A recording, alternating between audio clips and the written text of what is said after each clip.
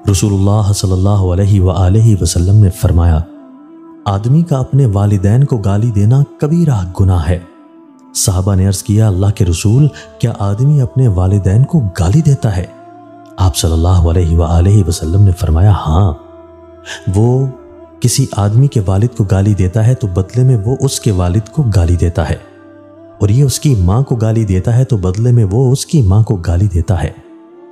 حضرت ابو ہریرہ رضی اللہ تعالیٰ عنہ بیان کرتے ہیں، رسول اللہ صلی اللہ علیہ وآلہ وسلم نے فرمایا، اس کی ناک خاک آلود ہو، اس کی ناک خاک آلود ہو، اس کی ناک خاک آلود ہو۔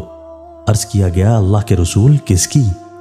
آپ صلی اللہ علیہ وآلہ وسلم نے فرمایا، جو اپنے والدین میں سے کسی ایک کو یا دونوں کو بڑھاپے میں پالے، پھر وہ ان کے ساتھ حسن سلوک کر کے جنت میں داخل نہ ہو۔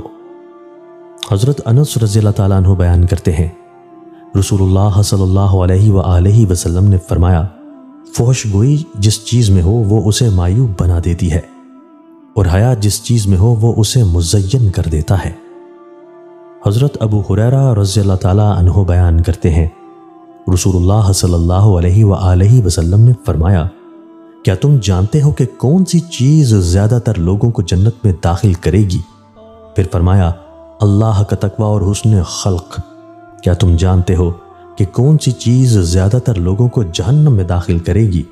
پھر فرمایا، دو چیزیں، منہ اور شرمگاہ۔